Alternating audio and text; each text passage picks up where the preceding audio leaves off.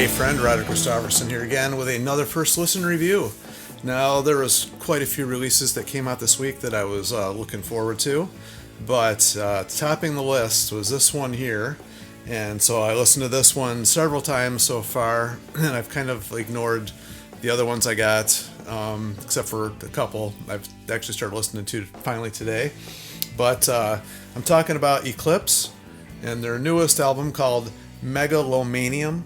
Hopefully I said that right. It looks like that's how it's pronounced. But anyway, this is their 10th, I believe, studio album. And I really like this band. If you've never heard of this band, Eclipse, worth checking out. And so it's one of these guys, I kind of discovered them on the Frontiers label. The Frontiers label is one of these labels that's kind of like taken over the melodic rock type bands. And in recent couple of years, they've expanded a little bit, but back in 2012 when I actually got their album Bleed and Scream was the first one I got from these guys, which was their fourth album at that point. They really this is where I came to know them. So anyway, that's how I got to know these guys. And they pretty much, I think on that album it's actually the perfect place for me to start with these guys, because that's kind of where they honed in their sound and everything. And they've pretty much just, even to this day, they've just continued to like really narrow down their sound. You know what you're gonna get, pretty much. And this album was no different. I knew kind of what to expect, or I thought I knew anyway, and I kind of got exactly what I thought I was gonna get. Although a couple little things different here and there. For one thing, there's not really a ballad on this one, so that's one thing I thought was kind of strange actually, because he writes. And then by I say he, I mean their lead guy his name is Eric Martinson, and he's involved in a lot of other bands too. He's been involved with Jeff Scott Soto in a band called w.e.t. He's involved in a couple other things like Ammunition and one of these other Frontiers projects called Nordic Union. And he's collaborated with some other people on their label like Ches Kane. I don't know, I forget about all of them, but he's been involved in a lot of other bands. And and then there's on guitar they have Magnus Henriksen, who have been like the two mainstays. On this album they have Philip Krushner on drums. He's been with them since 2015, and Victor Krusner. I guess they're brothers. I actually didn't even realize that. So joined in 2019. So they've gone through a few lineup changes, but the two main guys, they both play guitar. Eric Martinson plays guitar, and he's done a little bit bass on some of their studio albums and stuff as well. Been the main two guys, and that's kind of who it is on this one. And so anyway, just getting right into it. It kicks right in with probably the poppiest song on the album, which is called The Hardest Part Is Losing You. And so when it first kicked in, and it was like really super catchy, which a lot of their stuff is, which I like. They're heavy and catchy all at the same time, and Eric has like a really cool voice. I don't think he sounds like anybody else out there. He sings in kind of not like a Steve Perry high register, but a higher register without going falsetto. Like every now and then he does, but not very often. He's got a really kind of like a really strong head voice, and he's got a lot of inflections in his voice that I don't hear in this type of music very often, and I think it fits great. And it's one of the things that really attracted me to this band. And so I started out with that, and I'm like, all right, well, hopefully it gets a little heavier, because I didn't dislike that song. It's really good, but definitely the poppiest, catchiest one on the whole album. And then they started rocking out pretty good after that, so they didn't waste any time. Second song, Got It, is that kicked right in. And the thing about them, they're very short songs. There's 11 songs on here. I think this thing clocked in like 38 minutes with 11 songs. So none of them are long. They really haven't really done any super long songs that I can think of. And that's cool. They get right to the point. There is a lot of dynamic in their music, though. There's, they don't just beat your head in right from beginning to end. There's a lot of dynamics up and down.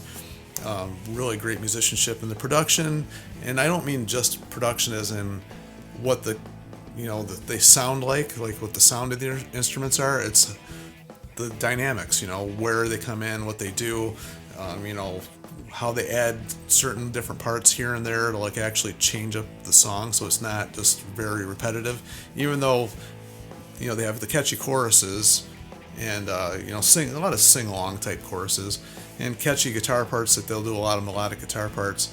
It's not the same thing from beginning to end. It's not every time, in and out, and they'll kind of change up the instrumentation a little bit, so that keeps it fresh. And even though they're short songs, you kind of hear them and they're done and you want to hear them again. That's why I listen to this one so many times, because it's actually probably a really smart idea to like actually make short songs and a shorter album, because you want to listen to it already. You'll get sick of it, where some albums you just can't wait for them to be over. So anyway, and then of course Anthem is the third song in here, and it is an anthem. That one sounds very reminiscent of their older stuff.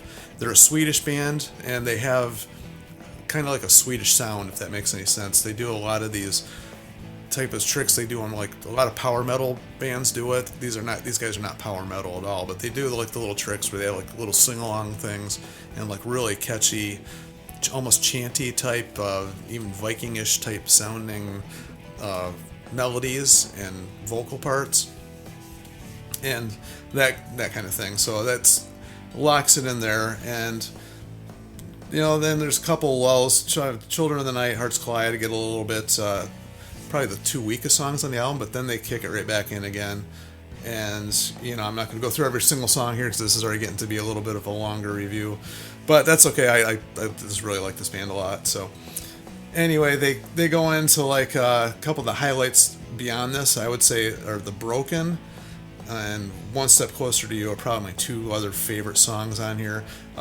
There's actually one called So Long, Farewell, Goodbye, which is kind of like a really memorable vocal part in that song. That one gets a little repetitive, but still doesn't get overwhelmingly repetitive where you don't want to hear it. It actually it sticks in your head just the right amount. So anyway, and there's no like the bigger hits that they had in the past. There's like Viva La Victoria, and they had a couple other bigger hits back in their earlier days, and some ballads. Like I said, there's no ballads on this one, which I wouldn't have minded a ballad. I kind of like them myself with this, because the way Eric sings, it's really good. They're one of their bigger songs in the past. Battlegrounds is one of my favorite ones. So there's nothing quite as immediately catchy as that, but I've already find myself liking this album more with every listen. So that being said, I'm just going to kind of end it there. And if you other guys out there or girls that listen to this, this band have anything, that you think I forgot to mention, you want to, put down in the comments there, it's always welcome.